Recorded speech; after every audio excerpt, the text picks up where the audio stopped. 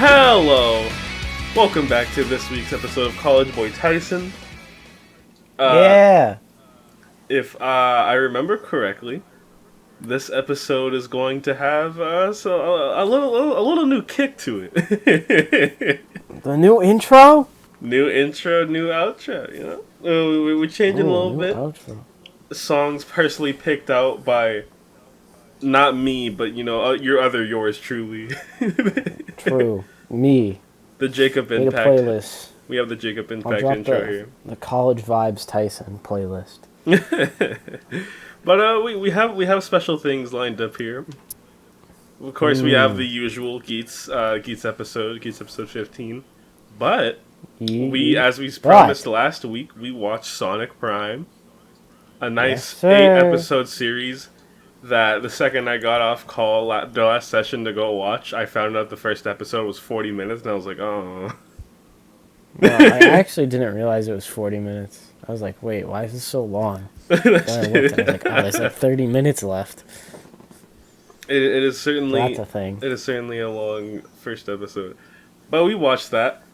But before we get into that, Jacob, how's your winter break going? Surprisingly, a lot of work being done on things and such, which I'm surprised by. That I have enough motivation to finish what I'm doing or work on what I'm doing, but nothing really. A lot of Fortnite. A lot of Fortnite. I'm not proud of it. Are you Detroit smashing Discord people? A lot. Yes, actually, I actually think that item is really fun. It looks fun. I think it's a little bit better than the Kamehameha. I want to say, but I don't know. Not a Fortnite expert. But yeah, that's been my week so far. This is technically the Christmas special. Yeah. Tomorrow will be the 23rd, and I usually try to upload these on Saturday, so it'd be like Christmas Eve. So yeah, this is a Christmas special. Yeah. We hope everybody has a Merry Christmas. Watch Sonic. Happy Hanukkah. Happy Hanukkah. Kwanzaa, I think, is around here. I don't remember. Happy holidays. Yeah. Happy holidays. There you go. What about your week? Me personally, I may have passed my road test a bit ago, but as you know, sometimes not sometimes, like that's what I always do. At least I assume you get your temporary license, this piece of paper that just says, "Hey, this is your license," and I got my real one today. Came in the mail. Oh. I have a physical, nice, not paper license. It is very nice. Cool. Happy to hear. But aside from that, the winter break has been moving slow. Any Christmas plans, Jacob? Yeah, usual business. Go to my aunt's, maybe, some presents here and there.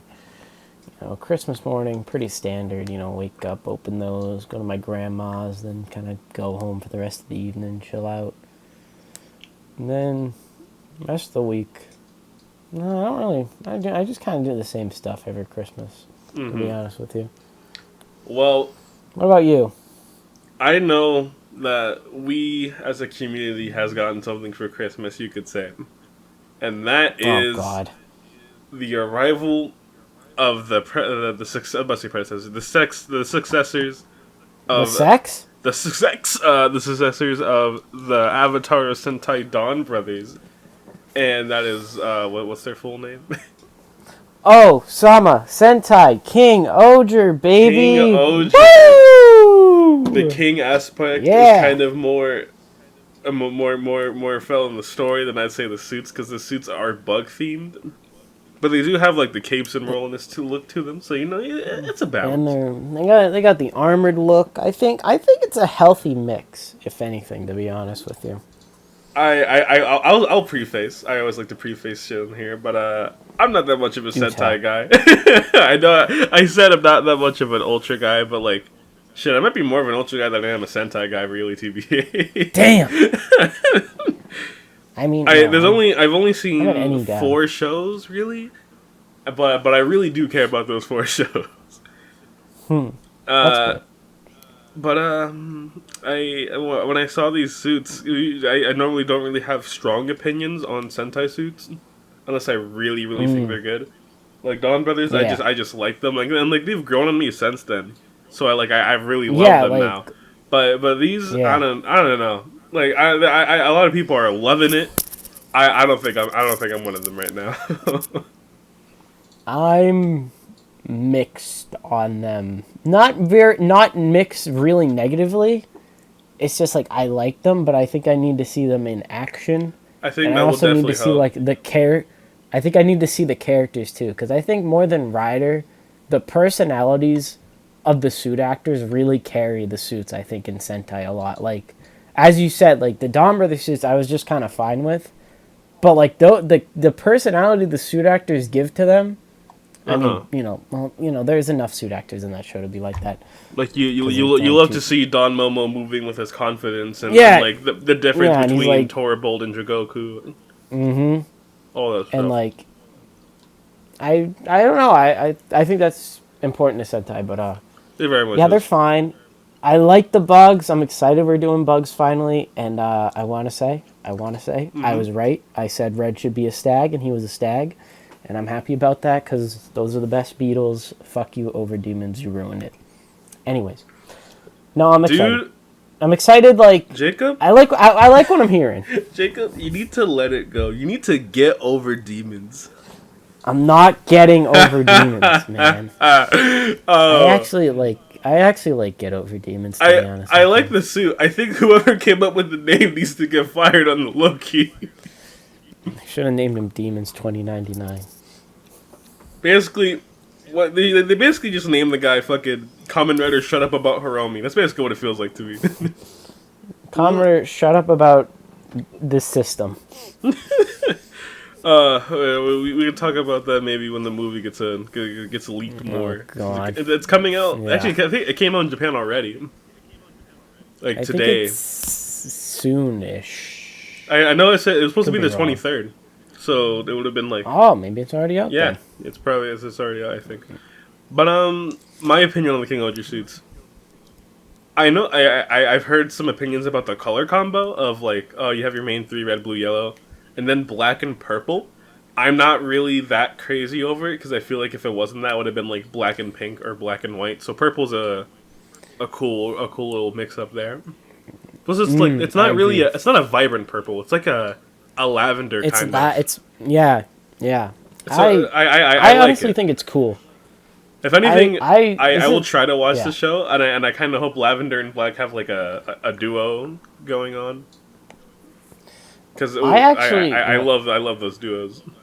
talking about like the characters things, I actually really like what it sounds like. Like Red's like self-proclaimed the king, and then like, two of them are actually kings, or like one's actually a king, one's actually a queen, and then like the other two are like a lord.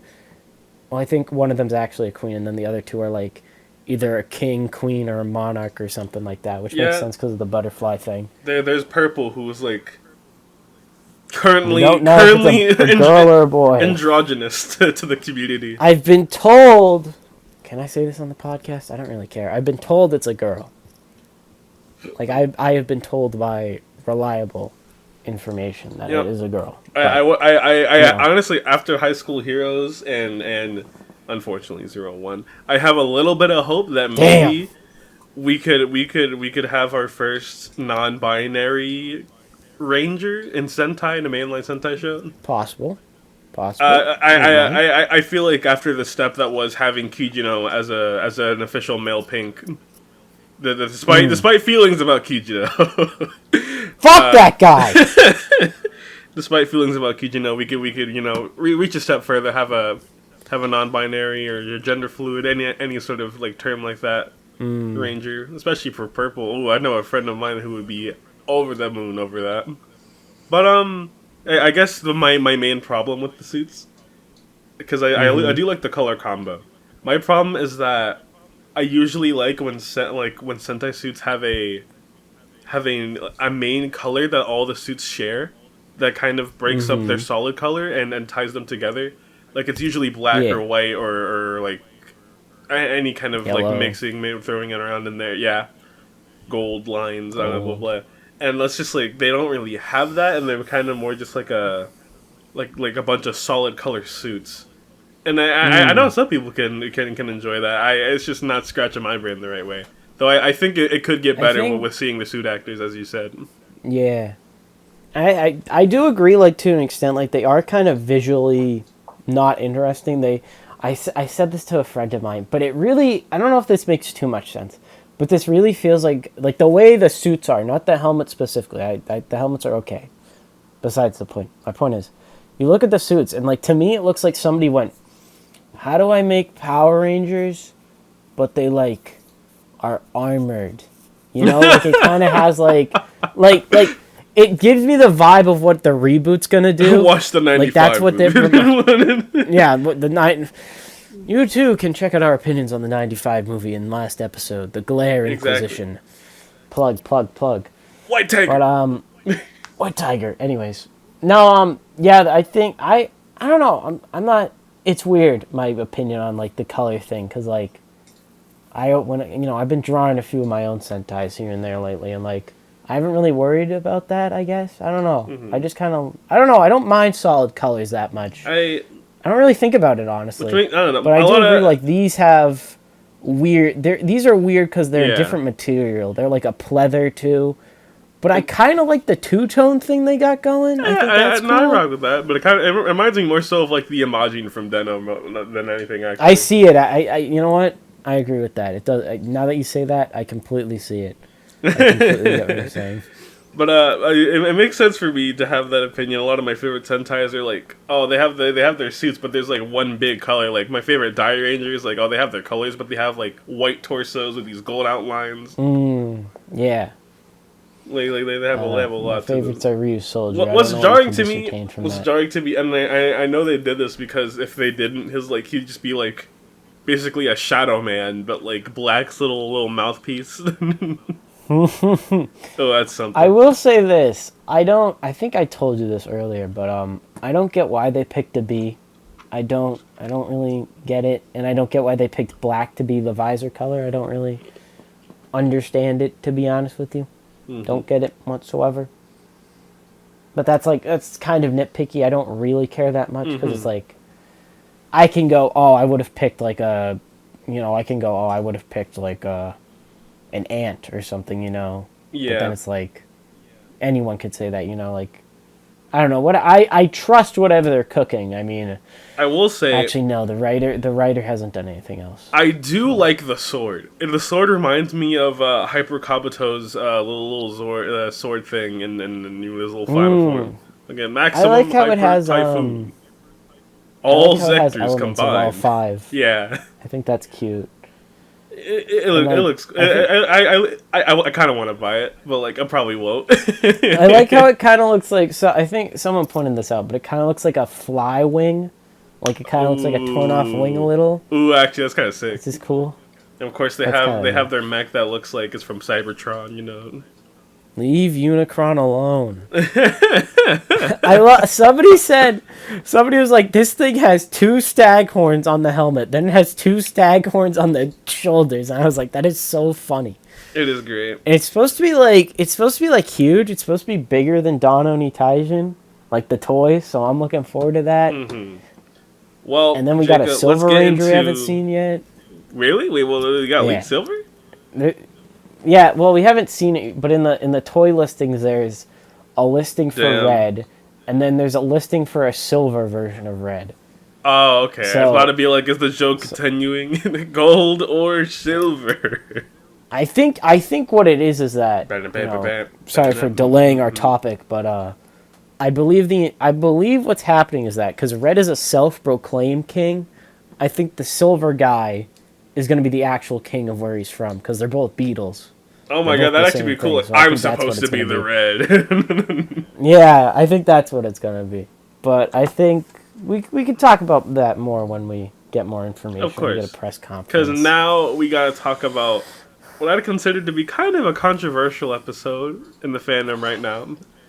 Jacob, what do you think about Kamen Rider Geats episode 15? Whatever the title is. Yep. I enjoyed this one. I liked it. I like Ace a lot. Ace is top 10 Ace does writing have material. really good moments in this. Really great moments. Everybody else though, I don't fucking know, man. I thought I guess like to get right into it, like We get tackled to the elephant in the room. The big controversial thing is that Kayla and Neon think they're not the shit. And final spoiler warning, even though we always spoil these episodes. Buffa is dead. Buffa dies. Buffa gone. They killed the gay guy. I can't believe it. Homosexuality. Did you hear that? Homosexuality is over. Someone also confirmed in the movie leak. Spoilers for the movies actually, so skip 15 seconds ahead.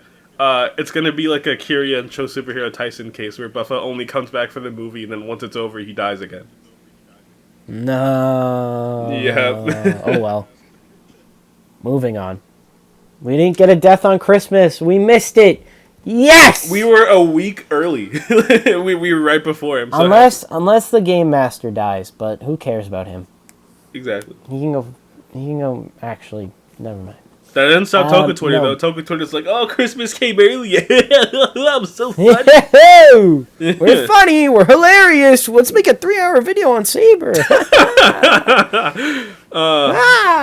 Well, I guess we could bring up the big point of contention of Kayla and Neon gave up a little too easily to just quickly go like, "Oh, damn, we're only alive because of Ace. We need Ace." I don't know. I didn't think it was as bad as people made it out to be perfectly honest with you. Maybe it's like a little bit character regression, but at the same time, you look at the context of the situation they're in. They have I guess to set up. So as we know, they've always been with Ace and Buffa, or Ace and Michinoku, whatever. It doesn't matter. They've always been with Ace and Buffa. The two veterans. Two veterans. They've always been with them. They've always been with them no matter what. Kayla never been in the final round before. Neon got her shit rocked the last final round. I would argue, not really that badly as I'm describing, but you get what I mean. She didn't really do much. Well, which isn't really on her. She kind of got unlucky with that fucking propeller buckle. But also, to be fair, Kayla did see a final round because that round was counted as the final round, and he was on the brink of death. He was about to die. Yo, Momo. I'll say that. Momo. That Oni sister's using the golden power up. That's cool. Peter sent me a picture. I looked at it. Oh, that was great. My fault. No, that was great. I'm happy to hear about that. But they have good reasons for being for needing Ace calling out to our Lord and Savior. For the goat. And then they watch Buffa die. They literally stand there and watch it happen to him. And to them, like, there's no shot Ace like figured out some bullshit way to come back, beforehand. There's no shot to them. But they're like, "Oh, Buffa can probably do this." And even the game master's like, "Oh, Buffa can do this." Buffa doesn't. Of course. Sells. No, what's funny to me, as you do. When Buffa's like finally remembers that he has fever and puts it in and gets propeller and he's like, "Oh man, propeller, I'm so lucky." I was like, "Bro, it's fucking propeller." Bro, there was a million other better options, I would argue.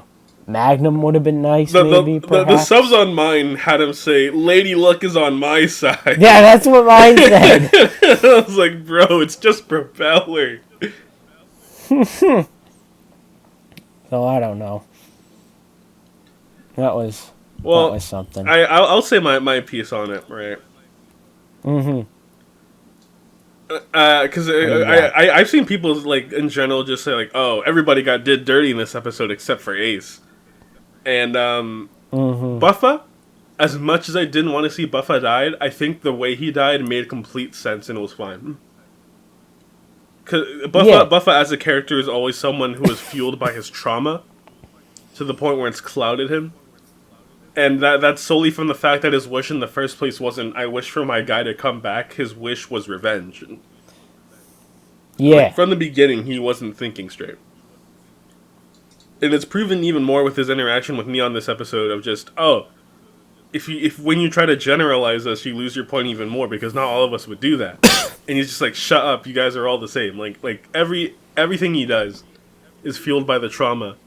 So when he just tries to rush in and dies, it's the direct consequence of him solely acting off of that and thinking he's the shit and that he's the solo. Consequences of my actions.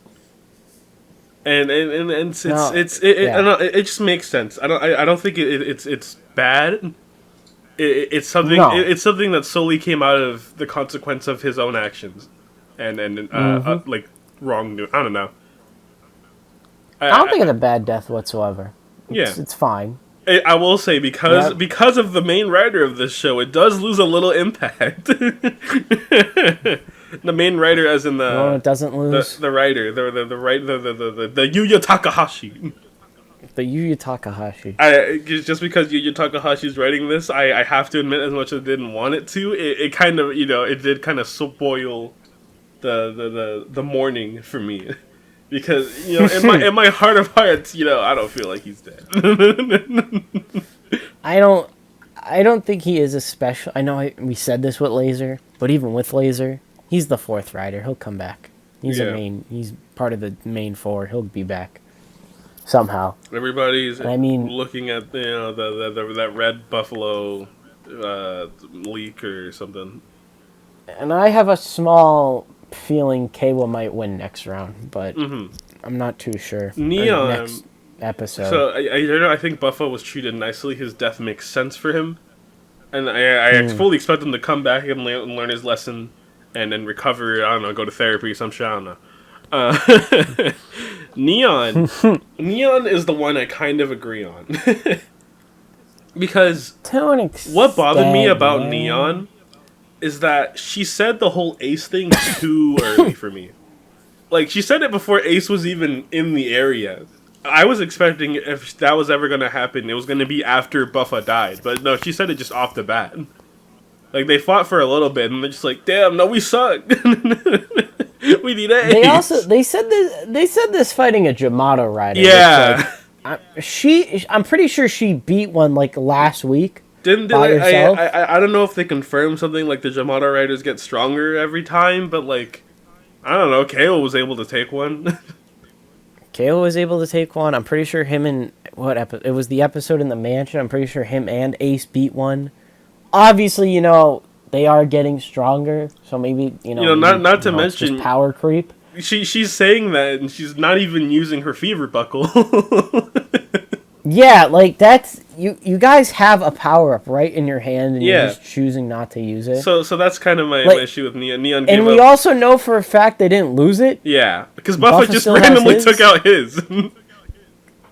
So I don't... So yeah, that's kind of my problem with Neon. Neon, especially with someone who like, her first lesson ever was just don't give up.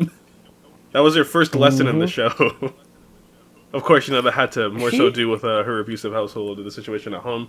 But, like, in general, that was Ace's lesson. Like, oh, are you just going to sit down and just let shit happen, or are you going to fight for it? And she chooses to sit down and let shit happen, so Ace will deal with it. Kawa is an interesting one to me, because I kind of understand it. Like, he was never in the final round. He kind of can't handle it. Because he said, like, oh, this is is this always what a final round is? Or is this what it's supposed to be? And I just, I don't know how to word this. I know what I want to bring up, but I also understand, like, especially after all the stuff of his suspicions, of course, of just, oh, what is the Jamato exactly? But even then, that's weird, because at the beginning of the episode, he didn't seem to let that, like, cloud him. He was like, oh, this is my chance to bring up all the dead riders. And so I'll cut to the chase. I'll get to where my issue lies with Kayla in this episode. Kayla, why didn't he use command? He had it. Why didn't he use it? No. He just no clue. He just went. Not only does he have command, he has fever and a magnum buckle. And just in case because I remember, of course, Ace gave him his buckles, but he straight up just lays out all of his buckles on the table when they get back to the lounge. And Kayla's just like, oh, I can't handle this. I can't do this. He's saying only using ninja and nothing else. Like, you had command last week. And you were pretty good at it. Like, you just shoot up the cannons. You knew what you had to do. I was just, it baffles me. But, like, especially since KO in the beginning of the episode was like, yes, this is my chance. I'm gonna go all out and save those people. And he proceeds to just only use ninja. I know why. And it's so Ace can have his big moment where he does his Koichi Sakamoto form progression fight.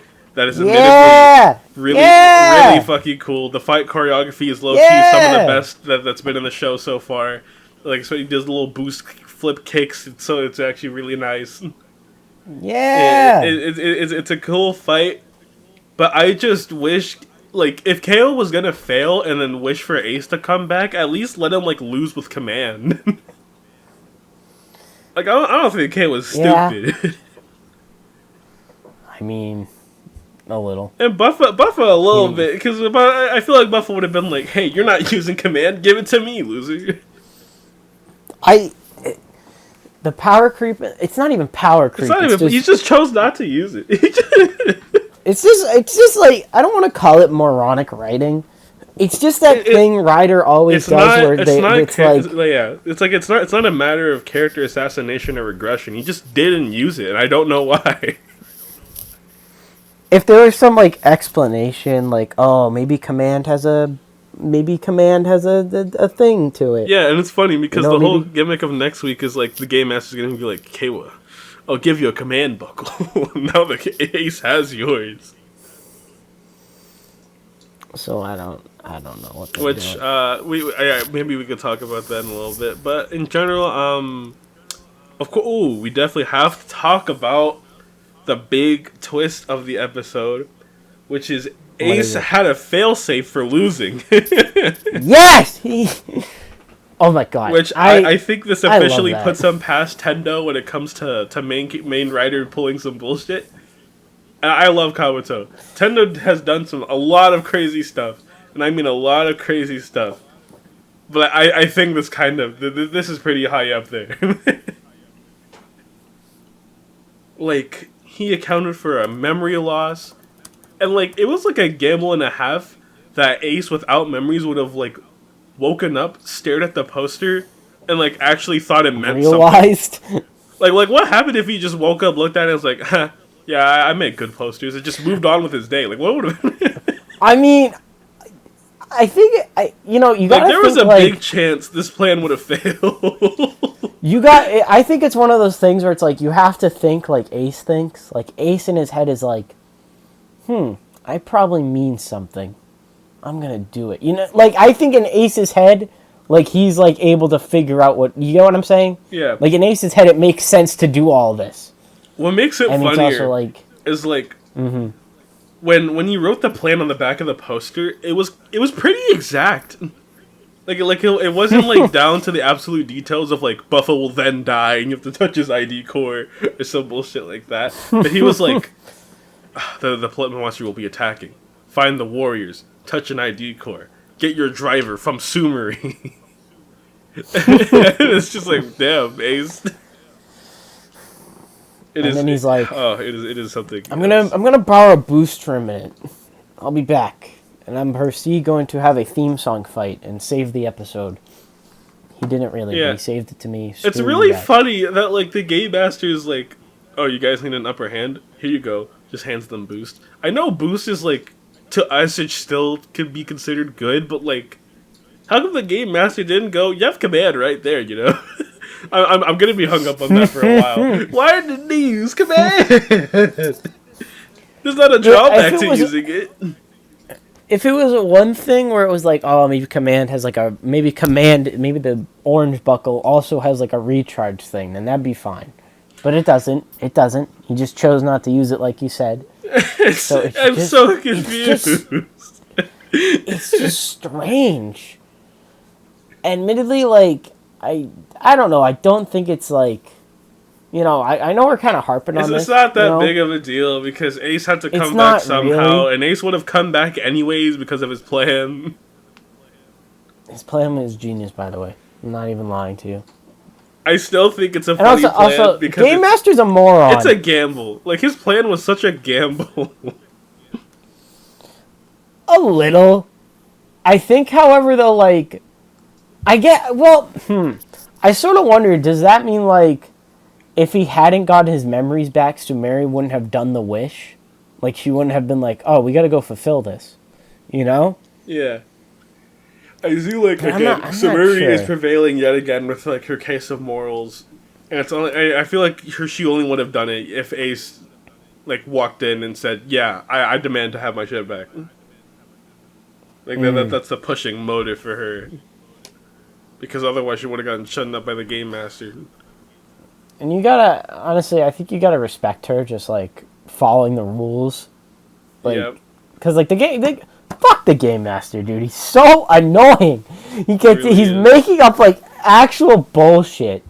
I know I'm like using a lot of vulgar language here, but he just pisses me off because it's like, you know, last 2 weeks he's been like, we have to protect the world, but also fuck this Fox guy in particular. But no, I don't get it, because he's like, oh yeah, I'm gonna get Ace out and everything will be fine. No, it's not. No, it's not. Ace is back in because I forgot about his wish. Damn it. Alright, guys. You guys are going to have a playoff round. I don't know. I'm just making this up. You know what's very funny, though? I don't know if you saw the leaks that just came out. The telecruit stuff. Oh, the frog guy? The frog guy, and he's getting fired. The Game Master's getting fired. That's so funny to me. Does that mean the new guy's going to be Glare? I hope Glare is a mantle thing for the Game Master. That'd be cool. I'd like that. Whoever is the Game Master gets the permission to use Glare. Yeah, that's what the little card is. But yeah, it's really weird. What's also weird? This was in the. I don't think it was in the preview, the video preview, but it was in the pictures for next week. Punk Jack is coming back as Punk Jack. Yeah, like not mind yeah. He hacked. wasn't in this episode. He was not anywhere. Like it's so weird that they casually mentioned him in the beginning. Like, and he got his mind controlled by the Game Master. Anyways. Yeah. Yeah, it's weird. Yeah, I wonder what his deal's gonna be, because especially since the next week, the final round is a playoffs between all of them, but it looks more like it's just the two of them are gonna hunt Geats. Which probably, like, it's either they do that because that is the real mission, or they just go like, yeah, if we try to one-on-one Ace, we're not gonna win. We have to team up. Yeah. Yeah. I don't know. It's weird. Or maybe Punk Jack escaped with his driver. It's really weird that he just wasn't in this at all. Yeah. I was gonna bring that up, but there's no mention of him. There's that thing. There's the little thing at the beginning they always show of what riders are still around. And it's like, Punk Jack got mind controlled, and they show him with the helmet on. It's like, okay, but where is he? The Game Master didn't transform. What's Punk Jack doing? You know? Yeah. I just don't understand. I'm also very glad they ripped off the Band-Aid of who the Game Master was to the other guys. Like I said that earlier, I'm really glad they're not treating it like a mystery for the main characters, and they just kind of, oh, what, you're the Game Master? Yeah. And then they didn't really question it after that. They're like, oh, okay. Like they don't care at all. Respect. They've only seen two people who work here. Like they've only seen two faces, so it has to be one of them. And it's not Sumeri. Sumeri, I can't wait to see if she folds next week and just tells the writers what the deal is with the game. Because I feel like that's where she's going. Yeah, I think she will. I could see it. I like where the story is going. I hope Kale and Neon seem like they're gonna be better than this episode and the new one, especially because their morals are being directly challenged by going to fight Ace. So I'm Yeah. expecting to see some good character moments out of that, some good dynamics, some good banter, more of that bond. I feel like Neon has really been like sort of like stuck muddling a little bit. I feel Yeah, like we're waiting to get stuff going for her, but it's just not happening yet. yeah. No, I can definitely agree. I hope maybe that could be solved with a power up, maybe Takahashi. We always do solve character development problems by giving them a power up. You're right. Like, come on, please don't let this be a lightning hornet case. Oh God. It's not even a lightning hornet case. She doesn't even use double beat. Lightning hornet. Nobody. I like lightning hornet. Well, it's funny. Lightning hornet was better than rushing cheetah. Yeah, Just all around. it's the suit she used more.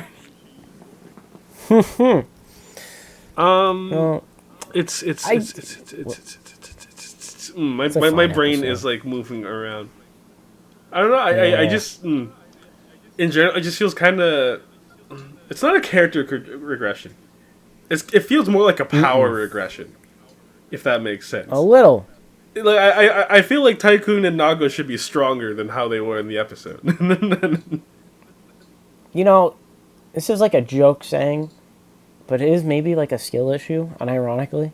Yeah. You know what I'm trying to say? Yeah. Like, I'm using skill issue as like a term you get, but I don't mean like skill issue specifically. You know what I mean? Mm-hmm. So it's weird. I don't know. Maybe I do agree with this episode. Like, I get why they're acting like this. But, like, their actions while fighting don't make sense. Do you get what I mean? Very there's no reason he shouldn't use command. There's no reason she shouldn't. Because even if she uses fever, it's still better than just having one buckle. You know what I mean? Yeah. It would have made more sense if they just wanted to, like, if they weren't planning on having them use it, the game master should have been like, oh, I only allowed this for just this round because it was an emergency, and then he took them back or something. Or it's it's like boost, like it only lasts a certain amount of time, before it disappears or something. Which is it's interesting that boost has this drawback, but like nothing else really is like looking like it's gonna have it. Yeah, I sort of wonder if that was just like. I sort of wonder if that was just a Takahashi thing, and then he was like, "This is actually kind of a bad idea to do this." So now he has to do it, and then it's like, well, guys, don't use the boost finisher. Well, yeah, I think this episode is fine. I think it's good. Like it's just good. It's not great. It's definitely not the best episode in the show so far. It has a theme. I'm afraid to tell you. Mm-hmm. It has a theme song fight scene, so it's immediately my new favorite episode. Damn. Oh no. It's how I roll. I'm sorry to tell you.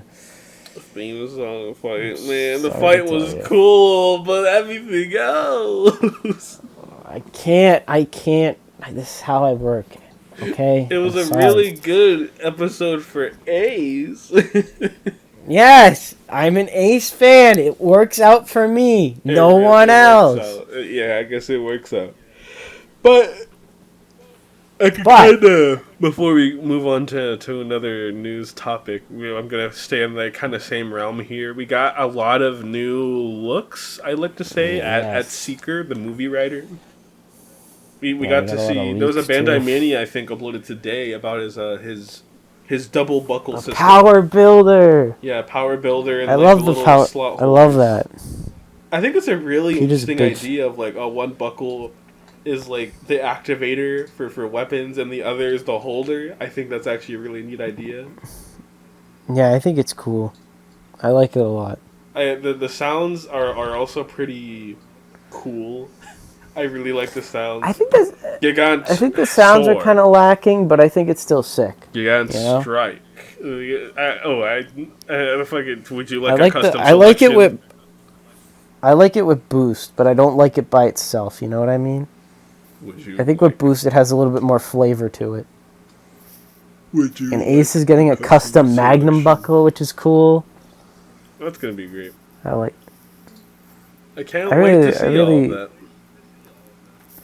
Can't wait to see the movie in 6 months. The movie, of course, is having some new things aside from that. Like the official name of the new Julio form, Get Over Demons. Over Demons.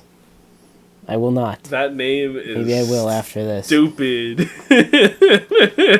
Will I get over demons? Maybe after the. It's not. I don't like. It's. I don't know. Revice is like trying its hardest to have the stupidest writer name between Get Over Demons and fucking Juga. So like, yeah, it's trying its best. I just. Kuga on Bluga Juga. Kuga on. Whatever. Juju Juga on that beat. Juju Smith-Schuster. Revice needs to stop. I'm sorry. We can Revice be over now. Revice does need to stop. You're right. Revice Let's just not watch this movie. But in other news, Bird Rider. In my news, copywriter Oja in Outsiders is getting a survive form like he should always have gotten. And it's different from the SIC. I am so happy. It looks so cool. Instead of having, like, because his Advent deck is already purple with a gold marking on it, so they can't really do it like Knights and Ryuki's did because their Advent decks were black. But, like, instead of that, it's gold with purple markings. It's, like, reversed, and it's actually, like, it works so well. It looks so cool. And then his survive mode weapon is just Shinji's but recolored, so that's okay. Hey, we take what he can get. I guess we take this. Is he using the middle? Is he using the middle survive card? I think is that what the inclination is? That's cool. I'm like just really happy. I hope we get to see his Advent Beast, his giant question? Snake, but evolved. Yeah. Can I ask you a weird question? So Ryuki, as you said, Knight and Ryuki's buckles are black with gold, but everyone else is colored. Is there a reason for that, or it's just I don't think there's ever because they're the main two? I've always wondered that. I was like, are theirs black because they can go survive and everyone else can't? So it's like, oh well, these guys will. You know what I mean? Yeah.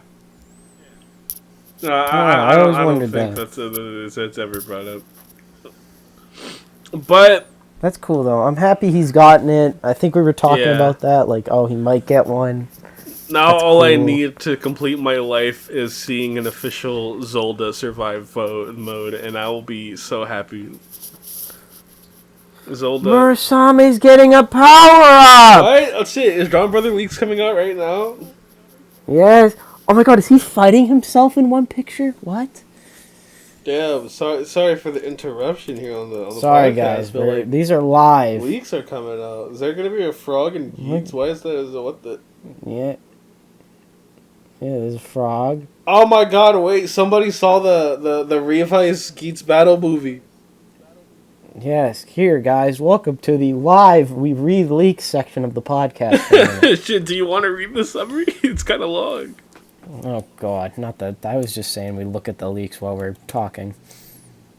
Well, all I know, it says here, George reduces Hiromi's body age to 50 with new technology. Damn, they're getting my guy on the way. Woo! We're back, baby! we can have a 50-year-old bright man rider. It's okay. Buffa, I mean Buster was just fine. Have him transform. Yep.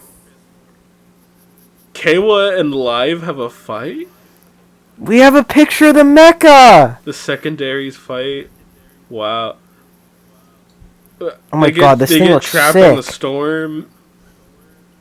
Neon and Sakura fight. Yo, look at the King Odra mecha.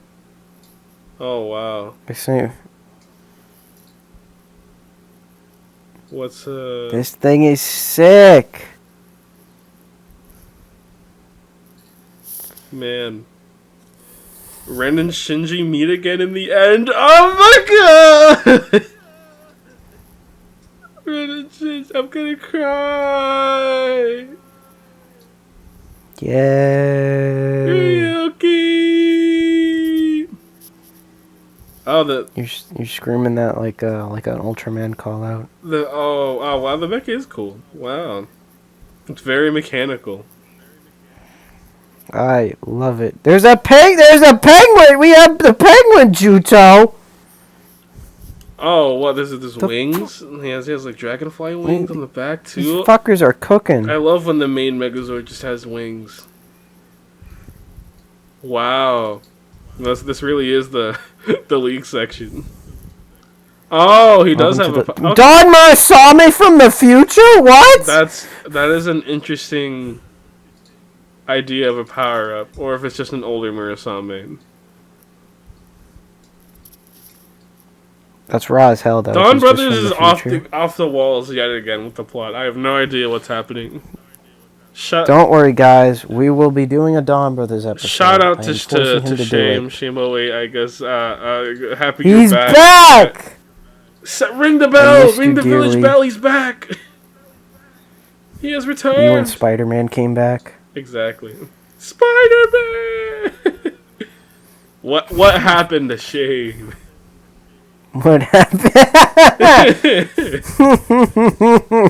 Oh wow, Oni's what happened to I'm so happy Oni's sister actually gets to use the Goldon. I don't it doesn't happen a lot where the female ranger gets to use the big power up.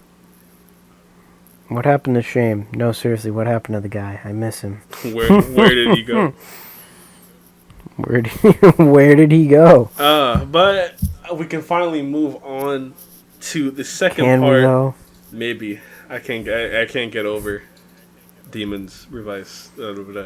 But I've moved on. I'm looking at these Dawn Brothers pictures.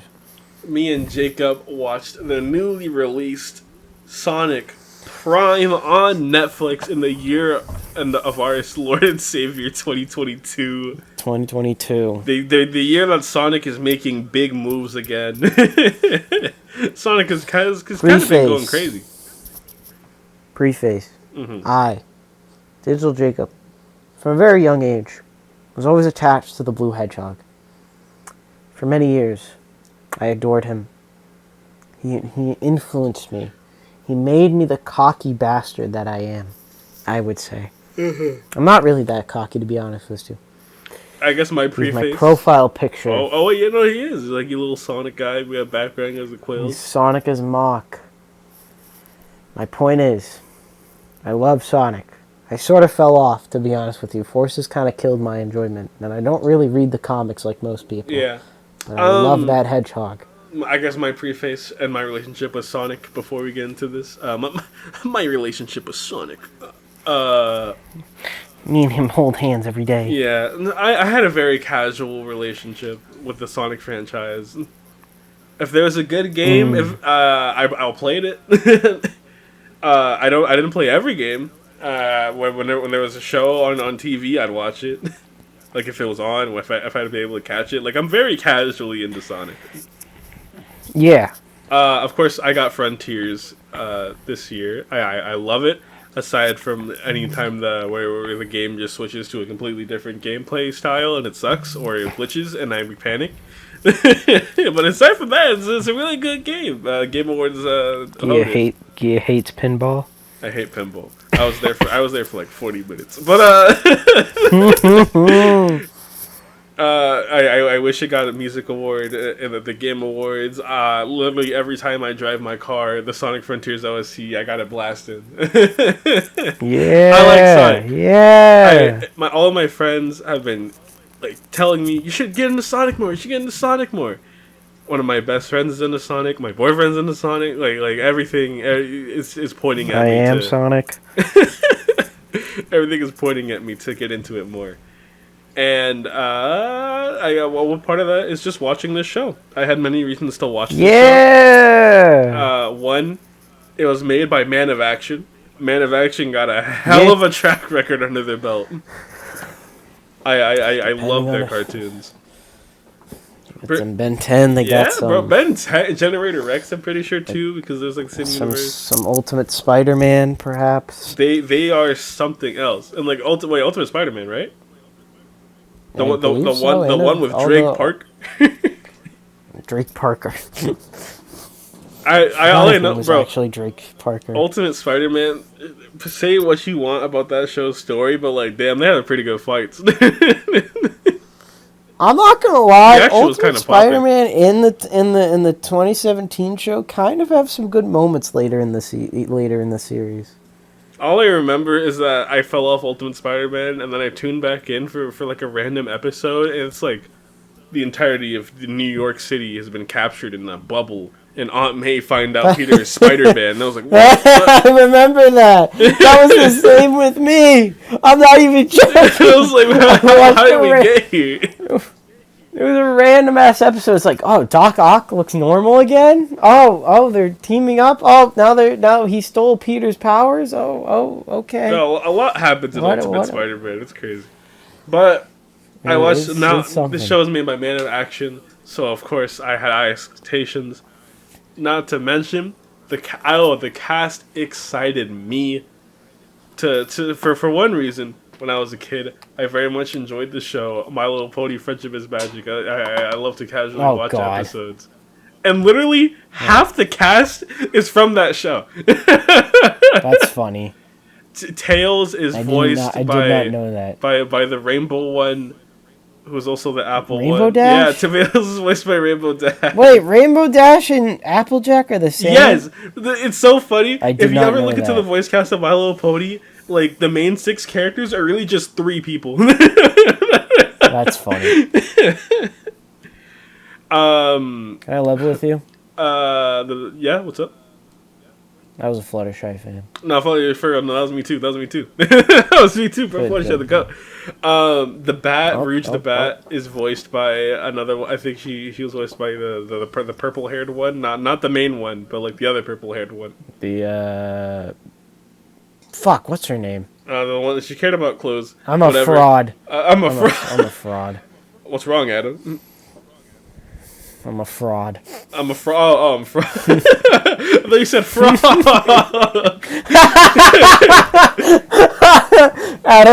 Adam, what's wrong? I'm a fraud. And Amy is voiced by Pinkie Pie. It all comes together. But on top of that, Sonic is voiced by Devin Mack. I'm pretty sure that's his name.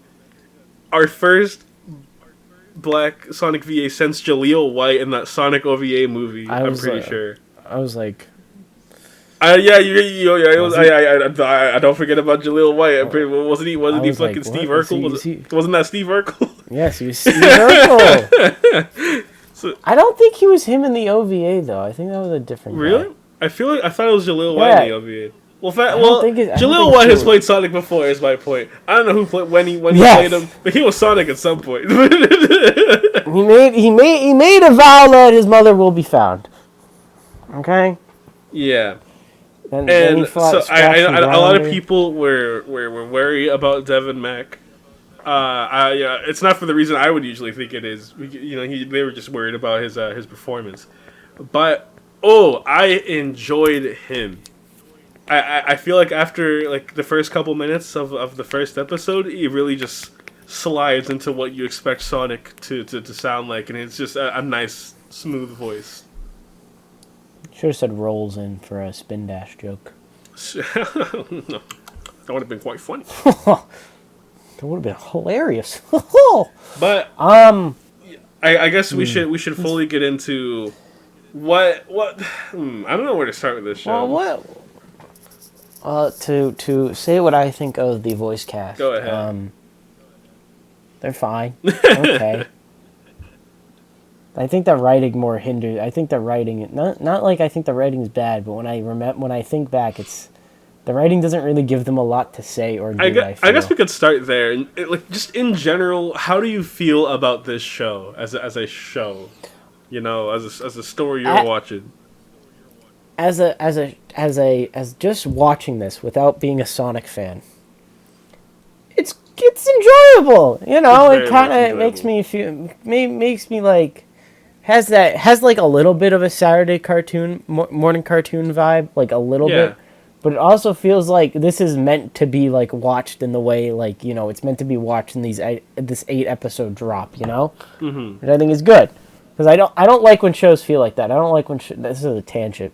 I apologize, but like I don't like when shows like are dropped onto a streaming service, but it's clearly like, oh, they weren't made with binging these in mind. Like the show is clearly set up to be like, okay, you kind of should watch these continuous back to back to back, which I appreciate. But overall, it's a fine show. It definitely it's weird because it's like it's sort of all over the place when you really look at it. Yeah. Because it's like we focus majority, I would argue, on this whole robotic version of Green Hill that Sonic gets thrown into. The machine dystopia. New York City, I think it is. Yeah, it is. We get thrown into that for I think the first 3 episodes. I could be wrong, and I'm gonna check as I'm saying this, but there was a little issue I had with Sonic Prime. That's not a big issue. Okay. In the episode titles, they spelled yoke as Yoke.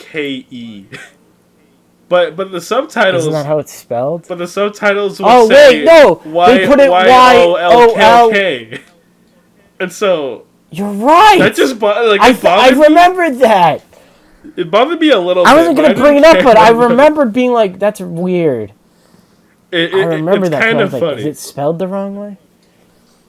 It was just like, oh, it's yoke or yoke.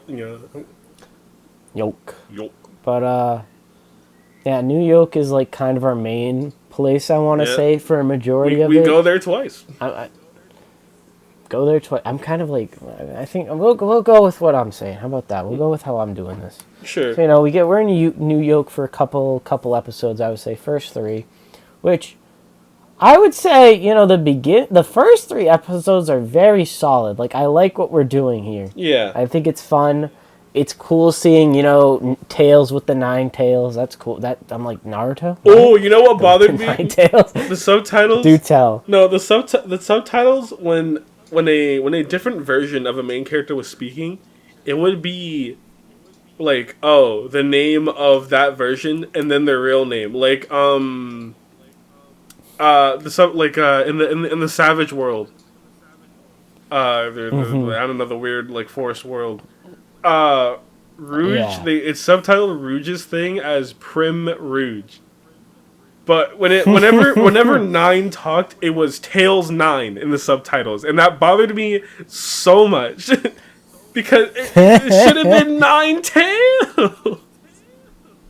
That's funny. Netflix subbing has always had weird issues from show to show, but like, there's little things here that bothered me. Yeah, it is. It's something. If you want a true case of Netflix subtitling problems, watch One Punch Man. There's just one episode where the timing is completely wrong.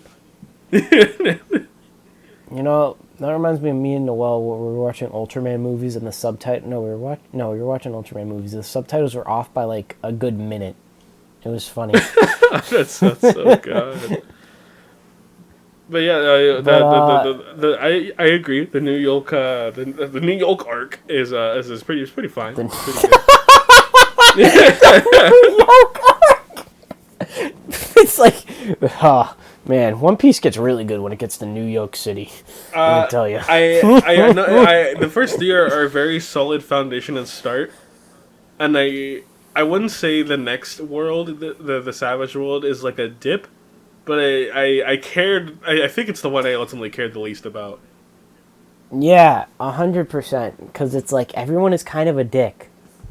Everyone, it's so funny. Like the whole thing is like, oh man, we didn't realize we were wasting the jungle. Flashbacks. They were just ripping shit out the ground, fucking punching trees down. Flashback again. Oh yeah, we were living peacefully. And then I saw them ripping shit off the ground, so I just decided to go ape shit. Like, I cared about the Pirate World a lot more, TBH. I like the Pirate World. The Pirate World was really fun. I like the Pirate World, fucking, but it was... Sonic Rush Adventure vibes. Actually, no, I'll get to that maybe near the end of the discussion. But I do like the world progression here. I do definitely like that. Yeah. That Yolk is like the kind of place we fall back on. Like, it's very clear that they want the Egg family kind of to be like the main villains. Because they are. I'm not gonna lie, they kind of suck. They do kind of suck. Like, the only one you're really gonna care about is actually Eggman. Like, actually, it's just, I don't know. I think it would have been cooler if it was like Eggmans from all the different worlds. I think that. Yeah, like a council of Eggmans, but it's like, oh, we have normal Eggman, emo Eggman, baby Eggman, fucking I don't know, Gen Z Eggman. I don't know what that one dude was. Gamer Eggman, you mean, or the deep guy? No, deep. He's Gen Z Eggman. Old man Eggman. Fucking, that's a thing. An actual baby. Well, I didn't know they had Toku Twitter in this show. Oh wow. Ooh, yeah. Yes, sir. Dunk. But it's just like, man, it was really hard to care about. The only one I slightly cared about, other than Eggman, was Deep, because he had a cool mech thing. Yeah, he was neat. I liked him. Yeah, he had saw blades. He was cool. He was a ninja. He had the katanas, and then Sonic was like, "Screw you, buddy." Oh yeah. I guess we could just start with the story, like going through by the actual story. It's very clear. Yeah. I don't know, very clear, but it really feels like the message of this show, or the big learning thing, is like Sonic is like, damn, I'm kind of a bad friend. Because every world he goes to, he's like, but man, this is not how you guys used to be. And then he has a flashback to the original world. And his friends are like, "Hey, Sonic, don't you cherish our friendship and like how good friends we are?" And he's like, "Nope, I just want a chili dog." No, he's like, "Haha, gotta go fast." Aren't you guys being too sentimental? Which is an actual line he says, by the way. He's like, guys, come on! It's just a tree, as everyone describes a bunch of wholesome memories they've had relating to said tree. Sonic, I have a bunch of trees. I don't need more. Which. I do fair very much point. like it was cool in the first two worlds, in New York and Savage World, where it's like, oh, there was like the same tree existed somewhere, whether it was like the big one, or if it was like in the Savage World, or if it's like a little tree that's being kept in storage, it's like the last piece of nature left. I really like that. Mm-hmm. And then they didn't have a tree in Pirate World, so I don't know what the fuck was the plan there. There was no tree. It was just searching for the One Piece. I'm really curious if this is like a case of they split the two seasons into, like, they split the show into two seasons just because of Netflix, or like it's actually meant to be watched this way, you know? Mm-hmm. Because like I do feel like episode 8 ends on like not like a season finale type of movie. It ends on a cliffhanger. Yeah, it ends on a very abrupt note that it's like, oh, obviously the story's not over. They didn't do anything yet, really. Like nothing has really been accomplished yet. But I wonder if that's like, you know, oh, is there more episodes that are just season 1, or is it's actually going to be like a proper season 2? You know what I mean? And anything, it just makes me really wish the show could have gotten delayed, maybe, so we could have maybe another 8. So it was like it could be a 16 episode season. Yeah. Because as is, it's. I in my opinion, I've seen people just say it's okay. I think it's actually when it's good, it is really good. And especially they have this mystery that's running throughout the show, of just whatever the fuck Shadow is trying to do. Like, it is a running mystery. You keep seeing Shadow whenever he runs in the energy trails, and then Shadow just shows up at the end to punch him, and he's like, "This is your fault." And then the show ends. You fucked up! I'm not gonna lie, a lot of the characterizations kind of rub me the wrong way. Not necessarily like I don't like them, but it's not... I don't know, I got this weird relationship with the Sonic cast where it's like, I kind of imagine them as like how I...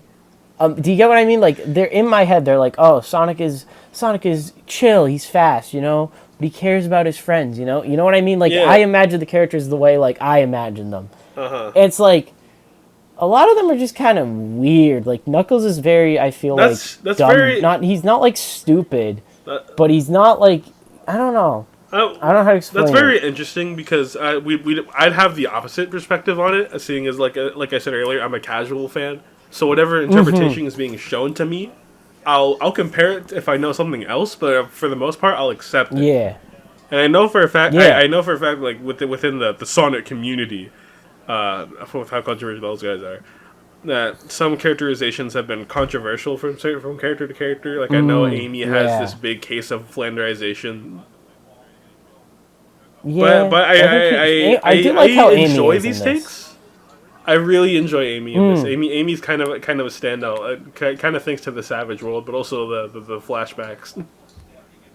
But I enjoyed Tails. I think Tails is actually really good for the most part. Knuckles, I wish Knuckles had more. Especially, I like Pirate Knuckles a lot. I do like Pirate Knuckles, but Pirate Knuckles kind of disappointed me because, like, following the formula of the show, it's like, oh, this world kind of focused on this version of a character, and we kind of learned and developed more through that. Because, you know, the Savage one had Amy, New York was 9. Wait, no, the Savage one was called Thorn. God damn, they have too many names. And Dread, I remember that's his name, Dread. Knuckles the Dread. Dread, he didn't really get much. He didn't have like all he was like, oh wait, shit, maybe I shouldn't give up being a pirate. And then he just went to go get his treasure, which I'm kind of. And then he's like kind of like a weirdly sinister for a minute. Yeah, I thought he was gonna. I thought there was 2 moments where I thought a new final villain was about to pop up in this show. The first moment was when Nine comes back and like discovers the Shatterverse. And like him and Sonic have that weird moment where they're flying through it, and Nine is like, "You and me, Sonic, will create a new world." And then like, well, bro, you talking a little crazy here. little, chill out, little bit. And of course, the part where Dread actually gets the shard, the shattered thing, and he's just like, "It's mine! Don't touch it! It's mine!"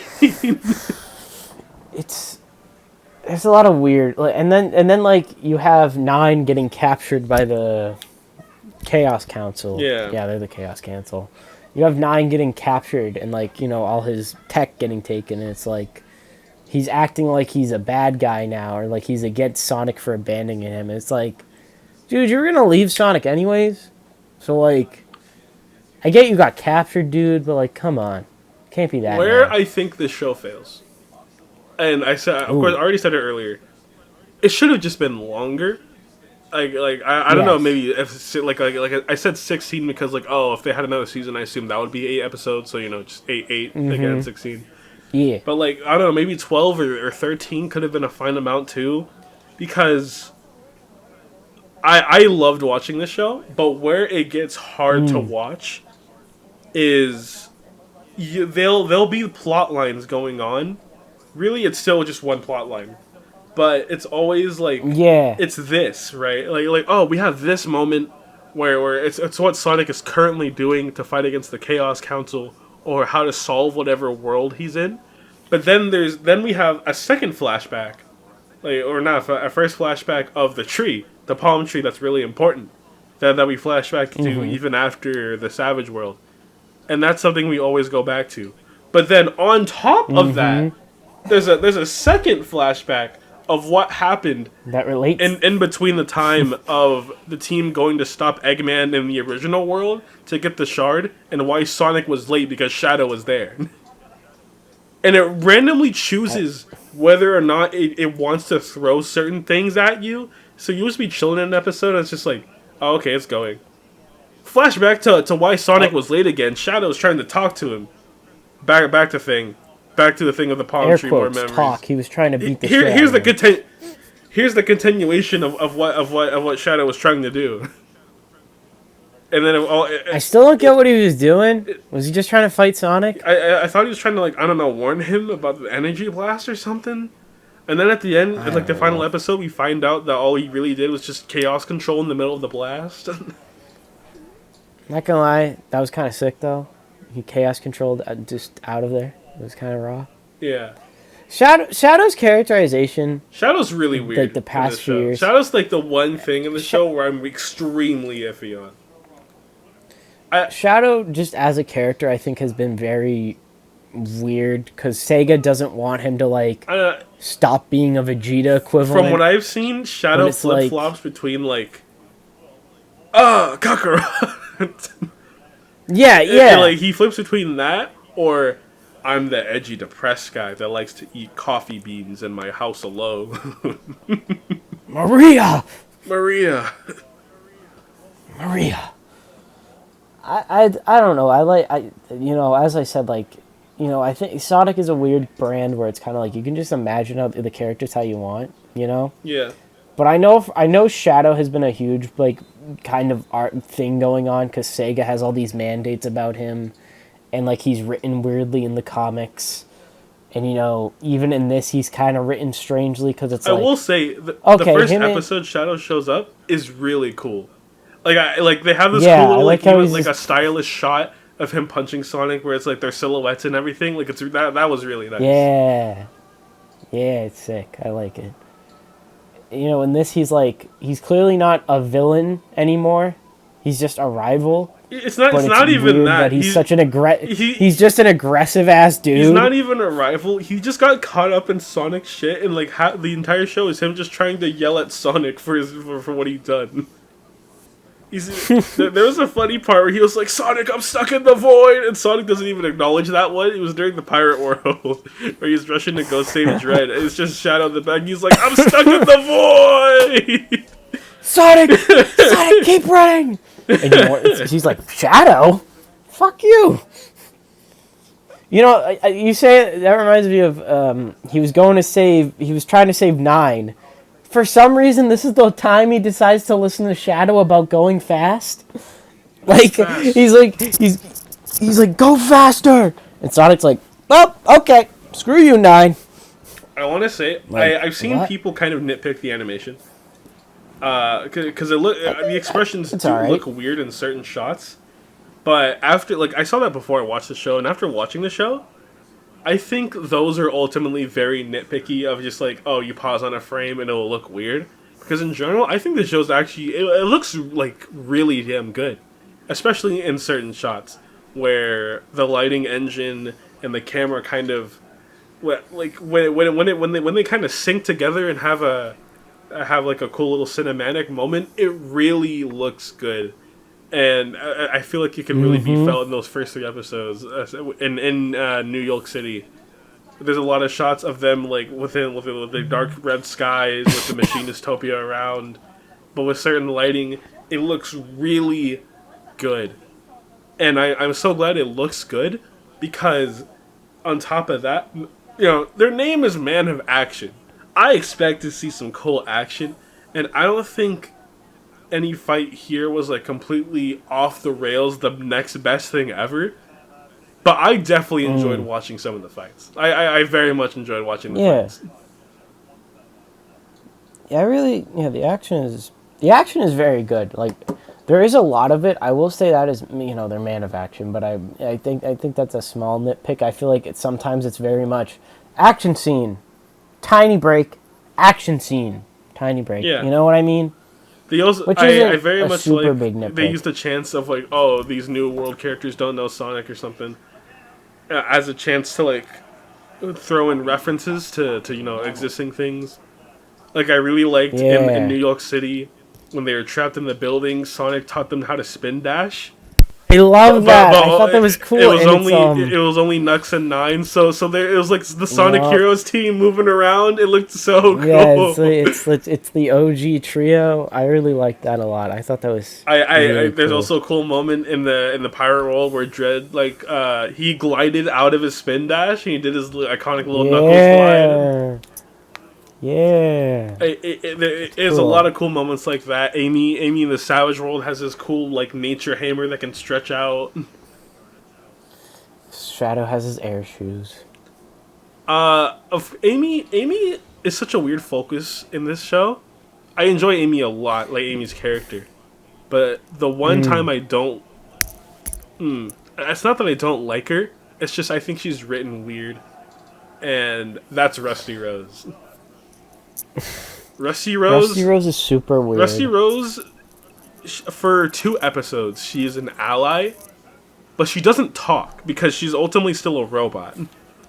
And I thought the big like reveal at the end, or the build up of what everything was coming to, when she saw her pirate self, which her pirate self also did nothing, by the way. She was kind of just there. Like they had this weird moment where they looked at each other, and I thought the build-up of that, or the payoff of that, was going to be Amy like fully having a personality again in the robot and like breaking free from programming. But no, she's still just a villain after. See, I thought it was going to be they were going to merge together and like make original Amy. I thought that was going to be something. Or maybe you have to get all of them together. In general, I just thought anything would have happened. Like after that, I just thought something would have happened. But no, she's still just a villain. Like for 1 minute we get like 1 minute it's like, okay, Sonic is now in Pirate Land. Next minute, oh, the Chaos Council now can travel the multiverse. The Shatterverse. Not super good. The Shatter Drive. Yeah. The story can feel a little over the place, but I think, again, what really ties it together is just Sonic learning that, you know, he should care about his friends more, and that's ultimately what makes him help, like, people, you know, these people that are supposed to be his friends. Just like, oh, you're not like the version of you that I know. You should be more like them, and then they learn. Yeah, that's sweet. I really like it. It fails for me, and I know I said I'm a casual Sonic fan, so of course I don't really know these characters like the back of my hand or something. But like I do. I don't know. I watched this show, and like in the back of my head, I was just like, why is Rouge here? Is Rouge that close of a friend, like as she is here, like always, all the time? I thought Rouge was just like she's like not particularly. She's kind of like Catwoman, where they're like Catwoman, Batman, but she doesn't want to fuck Sonic. She just like dips in and out and does whatever she wants. But like here, she's basically like Sonic, one of Sonic's other best friends that's always around. She does kind of have like the Catwoman vibe a little bit, like you said, because it does seem like she's not like fully like on like the friends list a little. She's part of the team, but she's also in every dimension a part of the main 5 cast. Yeah, it's weird. Because like on one hand, I feel like because there's that thing in the beginning. Is she with them at the beginning when they're fighting the robot, like before the thingy blew up? Yeah. Or before he threw the thing off the cliff. However it was. Yeah. I don't think I feel like she was with them. I don't remember. Hey, she was there at Tails' workshop after. Yeah, so it's like, clearly she wasn't there for that. But it's like, oh, you're there. You're here now? You know? Yeah. I don't know. She's weird. But she's not usually, like, a part of the team.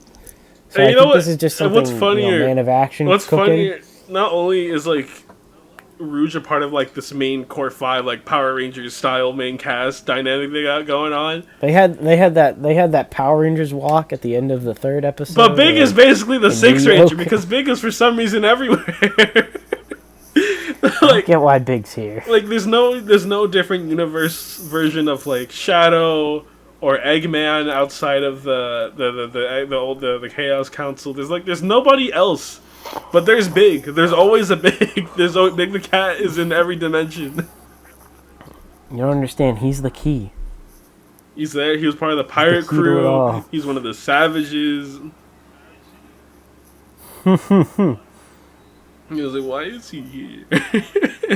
He was in the. What do you even do, He was in the bro? New York City as just some homeless guy that was fishing in a dumpster. He's just like, I'm Big the Cat. One thing, I praised the voice cast earlier, but I did have one issue with the performance.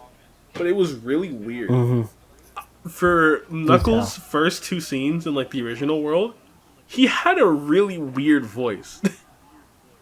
It was But weird. it's only for those first two scenes, because the scene he has after that, it's just gone. Like whatever he was doing to his voice is just gone, and he sounds perfectly fine. And I got so confused.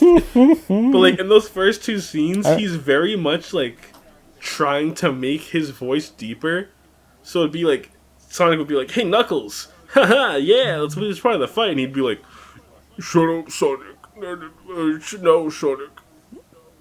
And then like the next scene directly after, he'd be like, "Oh, hey, Sonic." Like he'd be just fine. Hey, Knuckles, Sonic. Sonic. Like he had a weirdly deep voice. But no, I enjoy I think 9 is especially a standout character.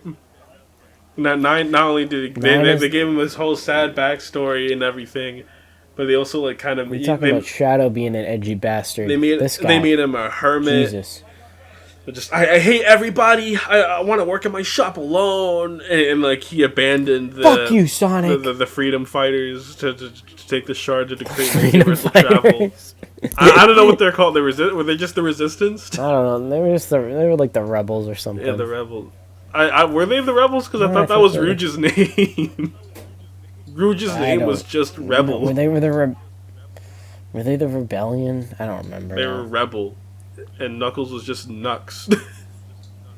Some of these names are kind of fucking stupid, by the way. Everyone else gets... What was Tails in the Savage World? His name was Mangy in the Savage World, like mange. He's a mangy mutt. He's mangy. Knuckles' name was Gnarly in the Savage World. I liked in the Pirate World he was called Sails. That's smart. That was cute. I like that Rouge was called Batten. They called Amy Blackrose in the Pirate World. I was like, oh, it's Baton Rouge, like, yeah, that's cute. But also, and then he's just Knuckles the Dread. Yeah, Knuckles the Dread, and then of course, the other constant in the universe make the cat. They call them Catfish. They also had weird sea chili dogs. They also have the other constant of Sonic shoes being multiversal.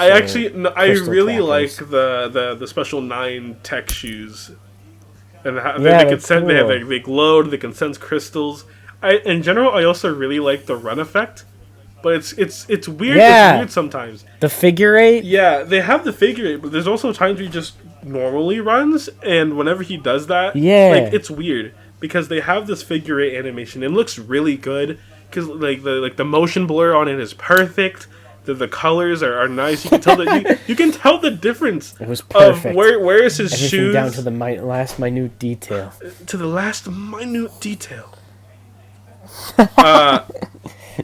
Yeah, but you can tell with the color gradients. You can tell where his socks mostly are and where his shoes are too. Like it's really good, especially like when they have like the speed energy trails. With how he moves, it's really good. So when they do use Sonic's normal run animation, it feels so like significantly slower.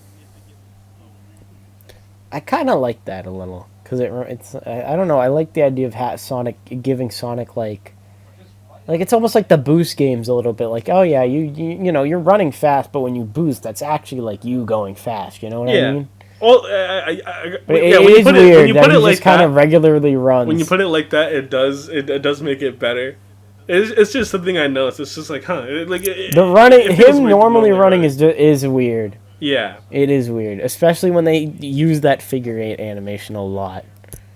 By the way, I know you said it already, but I love that the color changes. I think that's cool. It doesn't really make that much sense because, like, technically speaking, it should be all brown in the Pirate World, but yellow's fine. But I like it. I think it's cool. Yeah. Neat. I like the claws he gets in the Savage World. I like the in-world jokes in the show. Like there was for just the first two episodes alone, there was a whole thing about rings. Sonic really actually had rings. Because he get punched and the rings will fall out of him, but after that he doesn't really need them anymore.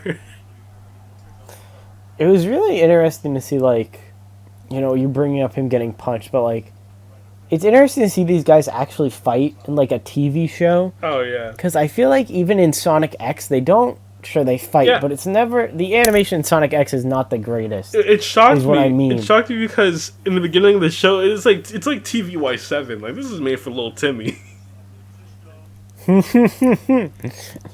Which as Sonic is meant to be. But this show is good. This show is good.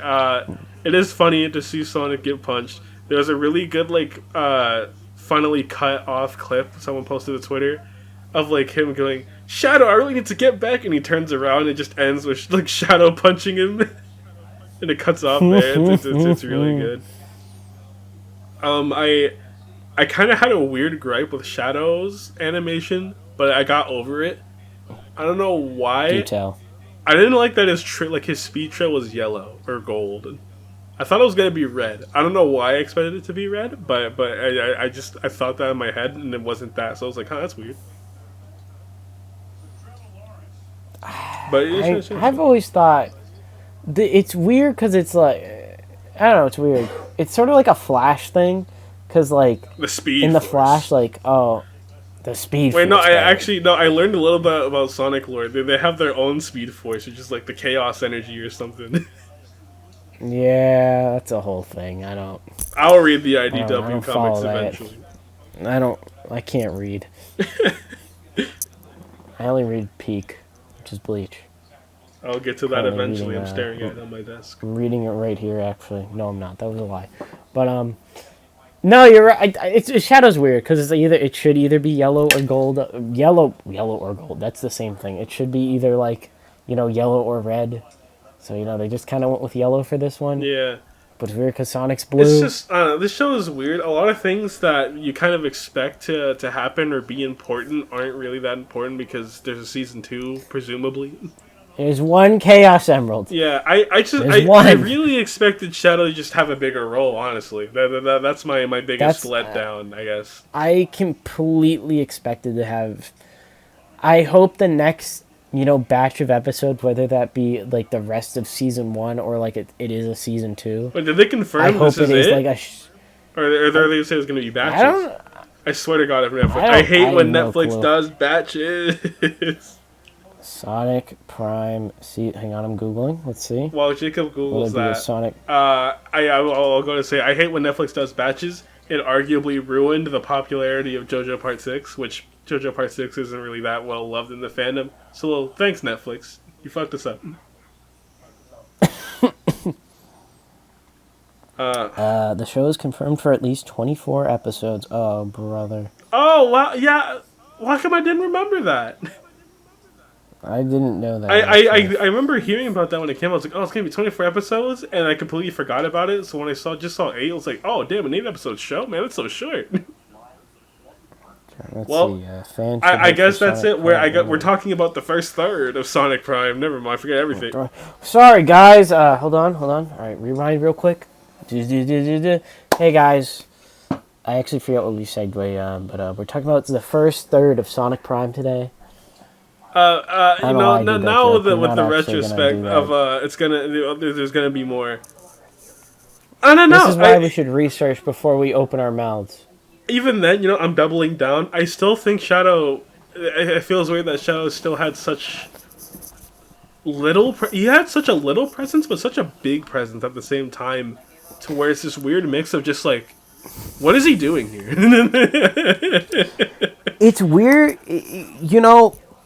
Shadow being teased so much. It's weirdly like, it feels like it's setting up for the rest of the season, right? Or the rest of like a season 2, right? Oh, Shadow's going to be a main focus in season 2. But then then we just read, oh, it's going to be 24 episodes. So it's more like this is season 1, part 1, if anything. You know what I mean? Yeah. So it's like you watch this show all at once. You're going to be like, why are they teasing Shadow for these 8 episodes? And then he shows up. You know what I mean? Yeah. You know what I'm trying to say? Yeah. It's weird. I think maybe it'll be better. It'll probably be better once everything is out, so you can fully watch it all in just like a sitting or something. But I don't know. Even then, I feel like these first 8 episodes kind of a lot of them are really good, but I feel like some of them just kind of exist. And There are I some. feel like It's that certainly one, if like. anything, I feel like that feeling for some episodes will get worse once we have all of it. So it's like, oh, in the span of 24 episodes, some of these are like feel like they don't really do anything.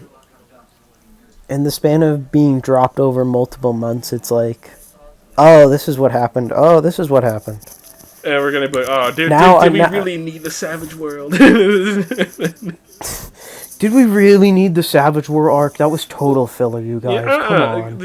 I will always feel like the Savage World will be the most forgettable to me, but we'll probably see more worlds. That one really feels like a one and done. Yeah, it's a fun gimmick, Cause and it had Amy development, but like at the same time, you could have saved that for Rusty Rose.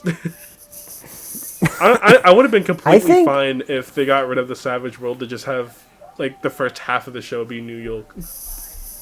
I think that's what should have happened, or at least like the Savage World should have been better in some way. I don't know. It's weird because it's majority of the time he is with, and now like that, and that's fine. But that kind of also makes the other characters just weird. Like Tails is completely fucking stupid in that world. he growls. I was thinking about that, and I was like, did they do that because 9 was such a focus in the last world? Because in my head, I didn't know much about this going in, to be honest with you. I didn't look at much. So in my head, I'm like, okay, so we're probably done with New York we're probably done with New York. He's probably not going back. And then it's like, immediately like, okay, they made Tails stupid in this one because we just had a super smart Tails. Okay. And then I was like, oh, he's back in New York. Oh, okay. It's weird. It's weirdly set up because it's like, the Savage World one and done. If anything, now he's back in New York. I think it would have been cooler for these 8 episodes if they bounced between New York and Pirate.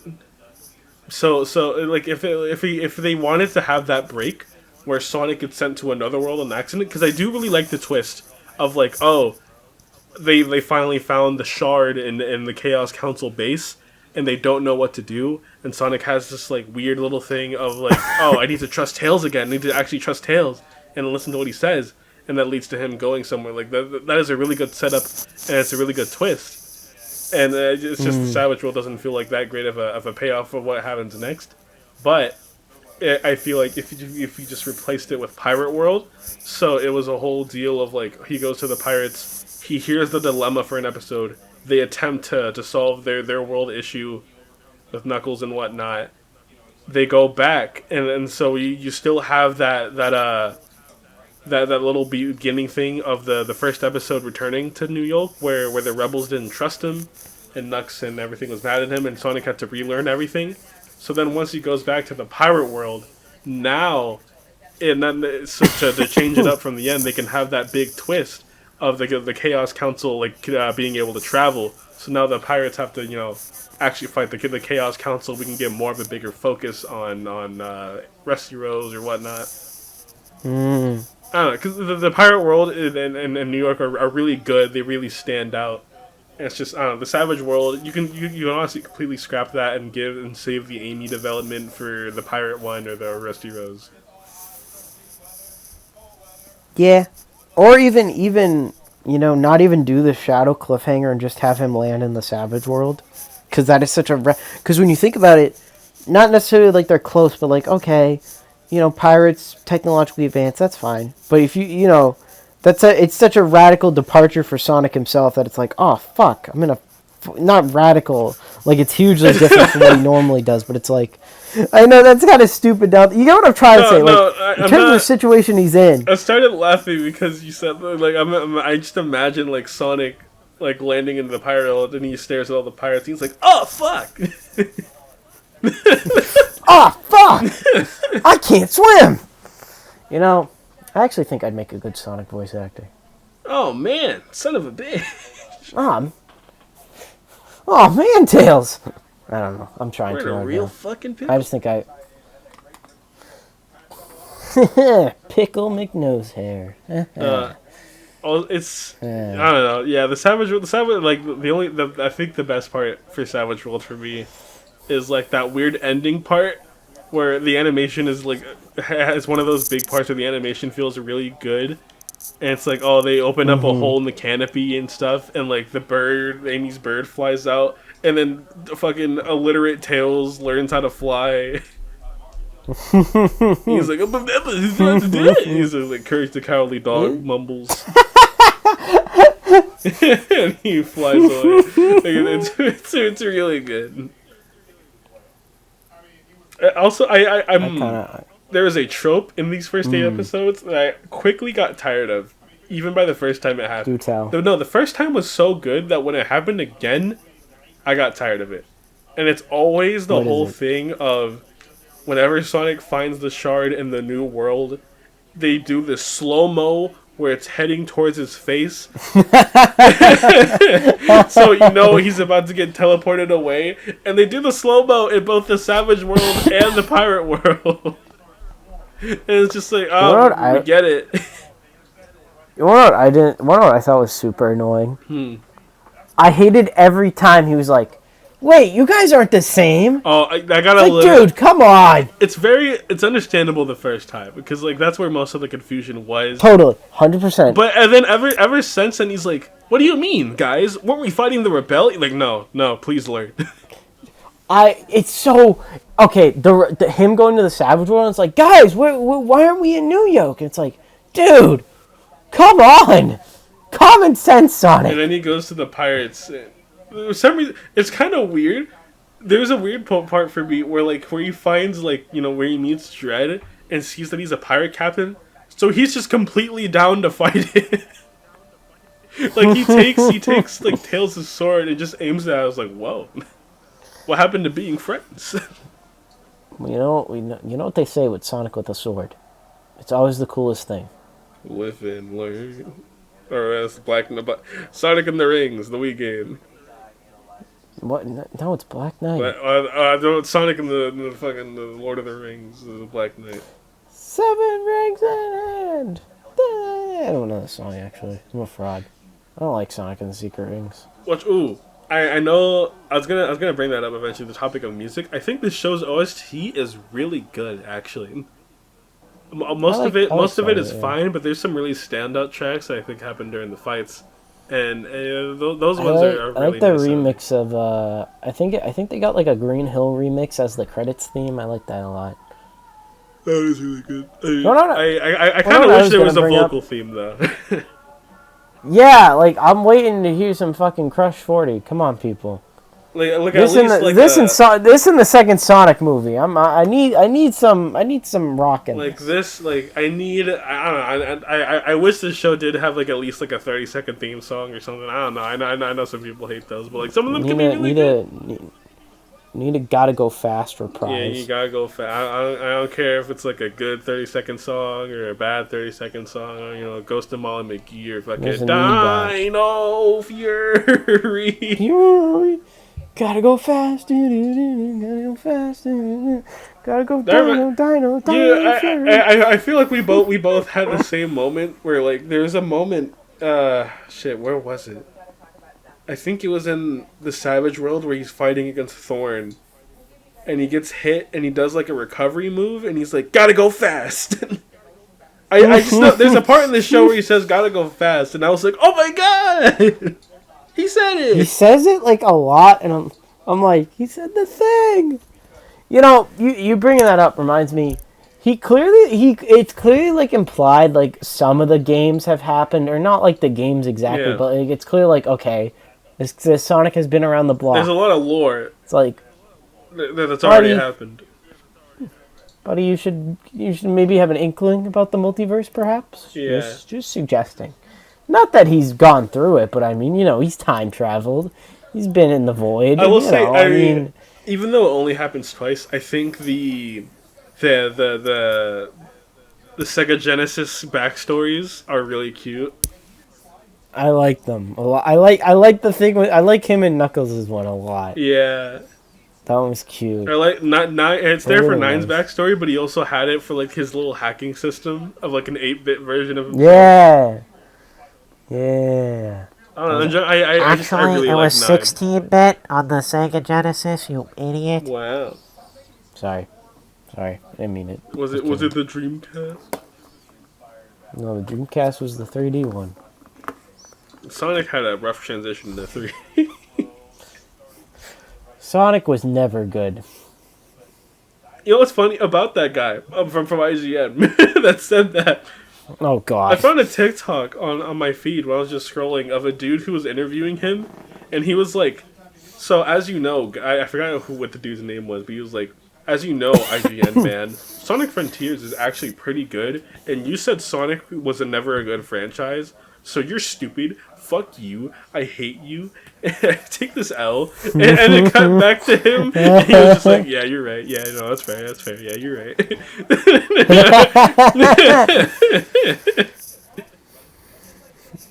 The Game Awards seeing that video? Yeah, Genshin still wins. I swear to God, bro, Morons. MiHoYo got that good money. That's the only reason they beat Sonic. I remember Sonic seeing should've before the won. Game Awards, they had a whole thing where they're like, if you vote for us, we'll give you a free roll or something. And I also saw a thing of like the rolls weren't right or something. Like you couldn't roll. I don't remember what it was. It was weird. Gotcha. There's something about These it. gotcha game fans have an addiction.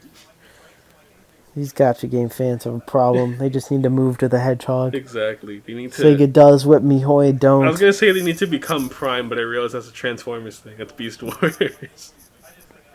Everything's feeling And it's also Prime. the Logan Paul drink. Oh no. Ah, no. Oh, no. It made a severe no. lapse in judgment. Whenever Logan Paul is brought up, I just think about that because my friends always say it. Sonic when he broke the paradox prism. I've made a severe lapse in judgment. But no, I don't know. The show is good. I think it's something I think we haven't talked about too much. Like we talked about in general, they're lame, but like I don't know. They not only are they lame, but I don't really think they're that great villains. They're okay. I think they'll probably get better as the show continues. But what I'm mainly I confused think I kind of about, suggested this. I'd just rather have regular Eggman. yeah. What I'm confused about though is like, are they implying that the main like Mr. Dr. Eggman in Chaos Council is that the same Eggman as the main one? Because Eggman's plan in general was to get this thing. So, but is that really him? Because like, did his plan work at all, or did he just like get blasted? I don't think. I think his plan was just to get it and maybe see, just go to the. See. Here's the interesting thing. Sonic. I don't think obviously, he didn't plan for Sonic to break it. But what I'm trying to say is more like, this is a very like out there kind of thing. This is out there talking, but like, I don't think the Shatterverse is like an intended thing. I think it only happened because Sonic broke it. Like I don't just going with Sonic logic. Like I don't think the Shatterverse isn't like the actual multiverse. You get what I mean? Yeah. Like I think it's like clearly like these worlds are made from the crystals themselves, not necessarily, or maybe even Sonic's own like psyche in a way, a little bit. Because clearly, the trees there, that has some influence, It's always, every world is Green Hill in some way, So I think that's a factor, too. But I think it's just, I don't know. What was the question, actually? I kind of lost the train of thought. My question was just like, is Mr. Dr. Eggman with the Chaos Councils, that's supposed to be the real Eggman? I think it's just similar to everybody else. I think it's just like, that's like a Sonic not like a Sonic interpretation, but like he just got shattered. So it's like, there's Mr. Dr. Eggman, who's just kind of regular Eggman, but then there's all these splinter versions of him in a way, Yeah. But it's just it's weird that there's 5 of them in one place, I think is the strange part. I thought it was so weird with the way I thought the show was going to be like set up of like, oh, wait, there's 5 Eggman. And they're marketing like him and his friends as like a team of 5, like each of them are gonna have their own Eggman villain to fight or something. And then they're like, oh wait, no, one of them's a baby. Like I don't know who's gonna be beefing with a baby, but like, I'm the type of guy to beef with a baby. Yeah, I'd be beefing with Toku Twitter. I love stealing jokes. Oh, whoa, whoa, whoa, yeah, whoa. But alright, I Yeah. guess my biggest hopes for the show going forward. Please make Shadow's role in this story a bit more defined because Please make Shadow Sonic and Shadow a buddy cop comedy. Shadow's the big part of the show where the writing really feels the weakest in my opinion. Aside from Rusty Rose, which is also my other wish of just I don't know. If you're like, it's clear you're giving her that build up, so just make the payoff worth it. Please make the payoff really worth it. I sincerely hope like we get a moment with all the original guys back together and like they fight the Eggmans or something. I don't know. Maybe it's gonna be across the Spider-Verse. You know, all they're gonna. Oh God. All the versions of the main cast are gonna team up together. No, it's not gonna be across the Spider-Verse. It's gonna be fucking Teen Titans Go versus Teen Titans or whatever that movie was. That is what it is. It's gonna be all of them. All the versions are gonna show up. When I met you, you were really annoying. And? That's it. No, you're still annoying. Man, that movie's the shit. Teen Titans Go is funny sometimes. Yeah,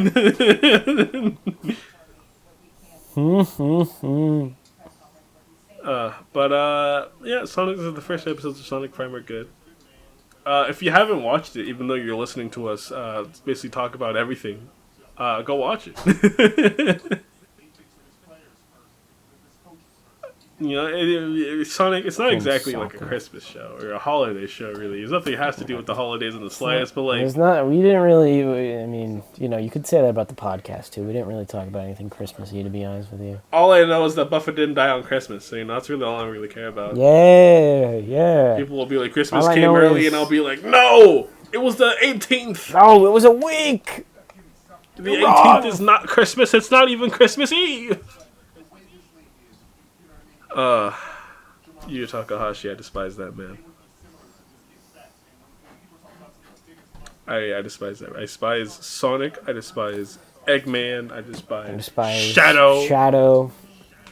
I despise Nine. Rusty Rose. I despise Tails 9.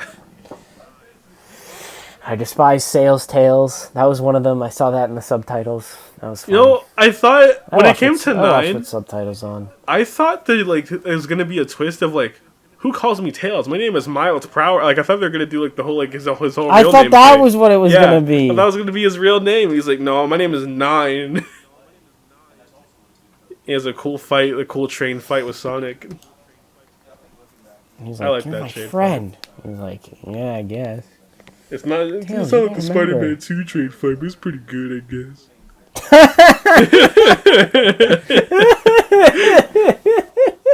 I feel like God, that was a good one. We're officially reaching the bullshit part of the cast. Will we ever know? You haven't been bullshitting for most of this? Yeah, it's debatable. You know, at some point I stopped kind of thinking about Sonic Prime, and then I was like, King Oger, pretty. And yeah, I can't wait for Sonic Sentai, Prime Sentai Sonic Oger. That's what it's gonna be. He's a common writer. Going by my profile picture on Twitter. Come on, Gia. Oh, you're right. Hashtag Jacob Edits. Hashtag Jacob Impact. Hashtag Double G dubbing. Hashtag the L's are eyes. You know, I think this is gonna be the cutoff for the episode. We can't cut off now. What are you talking about? We're almost reaching so much more to talk about. 2-hour mark. You can't. You don't understand. We have to talk about the shoes, the kicks. Oh, we already did actually. We have to talk about how he's like kicks glow. That'll be my last little thing. I hope they sell. I hope they sell the shoes. I hope they sell the New York version of the shoes. You want to buy the shoes? I want to buy the New York version of them. I don't care. They could be fucking size accurate to Sonic's feet, and I'll display them on my shelf. You're telling me you don't got feet that big? No, I'm not a hedgehog. I'm surprised we didn't see his toes in this. I'm not gonna lie to you. Yeah, no, okay, so it's ending here. We're good, goodbye. No, I was kidding. No! Follow us on Twitter. Guysoul, Ghially, Elzerise, please, no! Hold on. I would like to say for next week, don't worry, our beloved viewers, you don't have to watch Nexus to keep up with us. You don't have to watch that. We don't actually know what we're talking about next week. Yeah, it'll be a surprise. Should we tell them what's happening? All I would like to say, I like to tease, but we'll hopefully have a nice, lovely guest on the show. We haven't had a guest in a while since our good buddy Noel. This is a huge guest, big guest. This is like we're entering of course the MCU. Don Cheadle. No way. Don Cheadle. He's finally coming on after I shit talked him that one week. Was that the episode that got lost? No, people don't even get the joke. No, was that the episode? I feel like it might have been. I feel like I did mention Don Cheadle in the podcast. Next time. No, because he was on the hater wheel. Next time. us looking at Black Sun. Oh my god, we still haven't talked about Black Sun. Yeah, I just remembered that right now. One day we'll talk about Black Sun. When the show ends is when we talk about Black Sun. Wait a minute. Oh, this show. Yeah. I meant Black Sun. But yeah, I'm so bad. You don't have to watch Nexus. Don't worry, Chris. We're not making you watch Ultraman. Obligatory Chris mentioned. We almost went without it. We almost forgot. I completely forgot. I don't know. Chris got a job. Good job, Chris. Oh yeah, good shit, Chris. Congrats, buddy. If you got this far, tell us if you watched Sonic Prime, and if you haven't, tell us if you're gonna watch. Tell us who your favorite Sonic character is. Yeah. And why? Knowing him, it's probably like Blaze or somebody. Really? I feel like Chris is a Shadow guy. I don't know. Chris like weirdly. So whoa! Oh, we've been College Boy Taisen. We might have to cut that one out. I don't think he wants that. Might have to cut that one out. We've been College Boy Tyson. We've been college. We've been winter break Tyson. We hope everyone has a good shout out Ash Ketchum. Damn shit. Maybe we could. Maybe we gotta talk a couple more minutes. I hope everyone has a happy holidays, whether you celebrate it, celebrate any version of your religious practice or not. On my list. If it's naughty or nice, that's up for you to decide. If you don't like Sonic, I hope you get coal in your stocking. I hope if you don't like Shadow, screw you. Hashtag Sonado. Hashtag Sonamy. Hashtag I'm going too deep. Cut me off, please. Follow us on Twitter. I can't do this. Goodbye. Goodbye, Kai. Goodbye, Kai. Shout out. Fuck me.